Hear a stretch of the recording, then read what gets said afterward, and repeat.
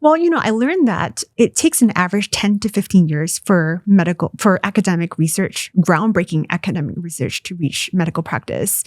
There may be good reasons for that. You need more clinical trials and things like that. But it's a long time, right? And for me, I needed to take action sooner for my own family. So for me, it's like the critical time point, as I learned, was in the first 1,000 days. And when I say that, I really mean the first year of life.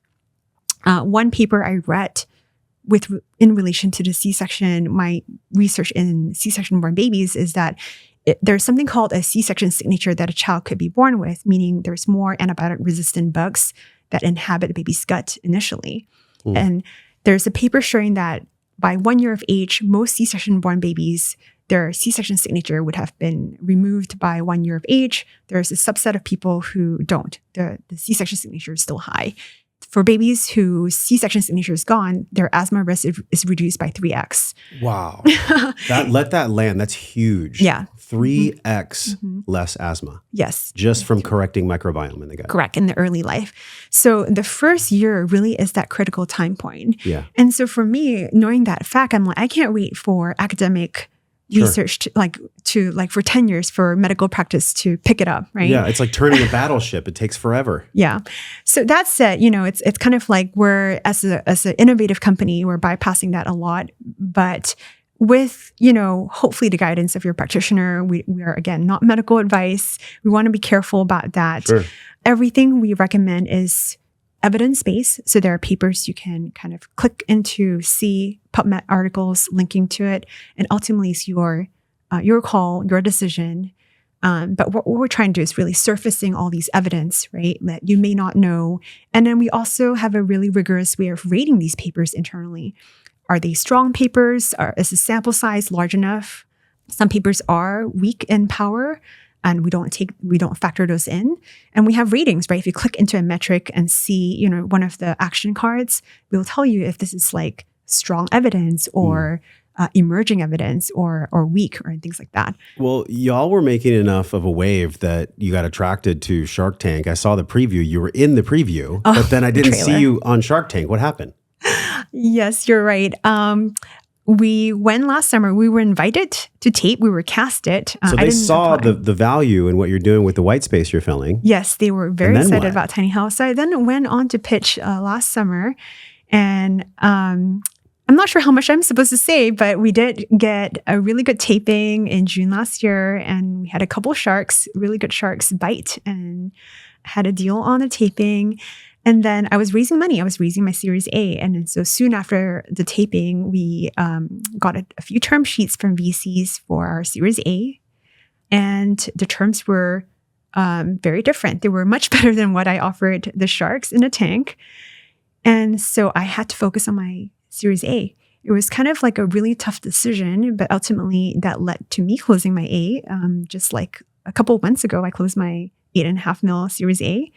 It was sort of that versus 9 million viewers potentially, being on public television and having all that exposure was, what I had hoped for. But ultimately, I had to make a call to prioritize my Series A and raise that money for my company. So it was really tough because our whole team, there was a lot of work that went into it, the pitching, the set preparation, the investment to it. And it was really hard to hear when they didn't want to air us because the deal didn't go through. Yeah, that's so hard. It's interesting. Before we even hit the record button, I was asking you, what's top of heart for you? And you were like, wow, this week actually has been a really challenging week. Mm-hmm. And I thought that was so genuine. We did some breath work before we started the podcast. Yes. We're humans. I think it's so easy for people to hear you on a podcast. You're articulate, you're successful, you're the founder of a company, everything's all put together. You're a mom. You're a human, you're a soul. Mm-hmm. You deal with stress just like all of us. Mm-hmm.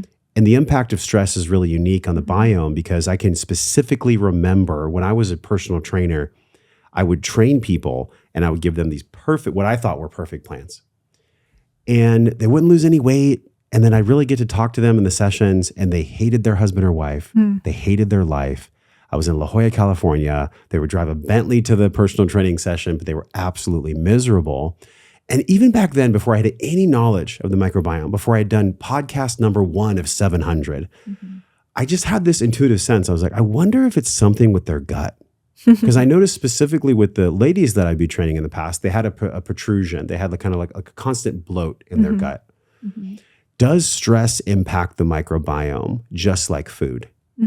Absolutely. How so? Yeah, I mean, there's the gut-brain axis connection, right? That said, it's largely bidirectional is what we know. Like stress affects the gut, and your gut health also affects your mood and your stress, right? So if you have poor gut health, it actually affects your cognitive abilities, right? And especially when you go back to early life, there's also connection between what the mom's diet is during pregnancy, her butyrate function, her short-chain fatty acids. There's 2 papers showing that mom's butyrate function during pregnancy affects the child's external behavior by 2 years of age. So how, extroverted or introverted they are, and how are they able to express their feelings. So there is evidence that there's a connection.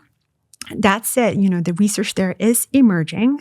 And we don't claim to always say we know everything. And that's one thing about building this company that I want to really be, in this industry, there's a lot of snake oil of people making claims when they shouldn't. And I want to make sure that our company is always grounded on scientific foundation.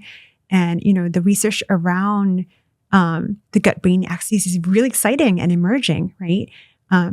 But we don't know if it's sort of like, is it a poor gut affecting mental health, or is it mental health affecting gut? There is a bidirectional effect there. Well, is it chicken or egg? Yes, exactly. Which one is it really? And maybe instead of deciphering which one it is, just help support them both. Yeah. However, in infancy, though, the more directional connection we can make from the gut is gut and sleep in infancy, gut and eczema, and allergies to a lesser extent. More research is needed there, and gut to asthma is a clearer direction. If you do have poor gut health and really imbalanced gut health in the first 6 months, first 1 year of life, we can, in a way, predict if the child is at higher risk for these atopic march symptoms.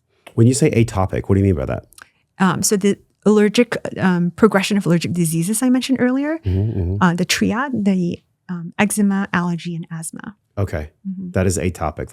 This is why atopic. I love podcasting, because I get to talk to really smart people about terms that I don't know. I mean, sometimes they call it allergic march. Sometimes they call it atopic march. And it's a march because once you get one, you're at higher risk for the other ones, right? And I do think that we are in a pediatric chronic condition crisis right now.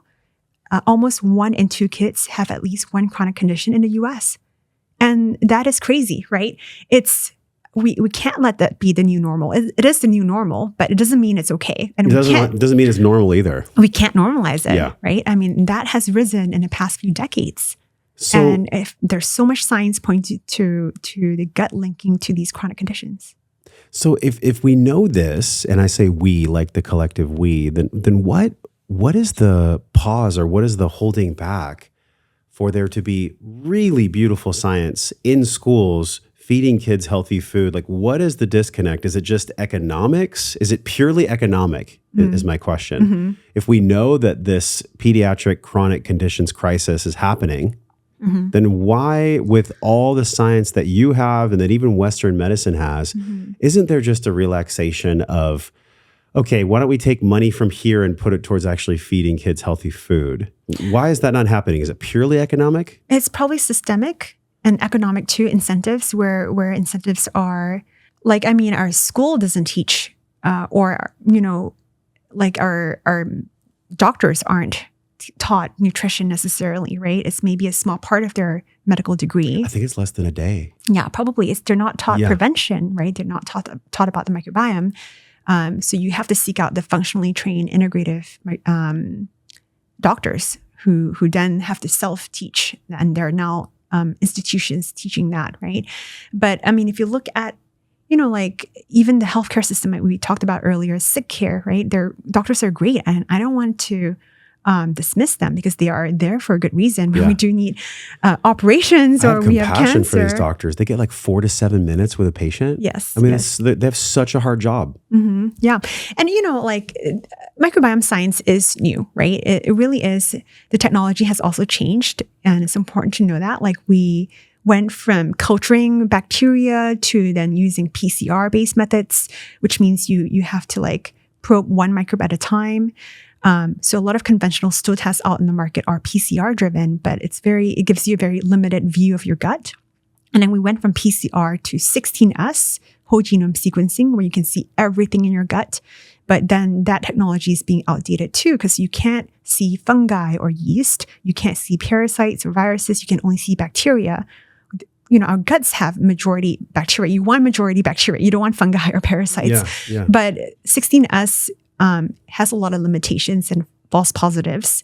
But that was initially what some of these early like gut microbiome testing companies use, 16S.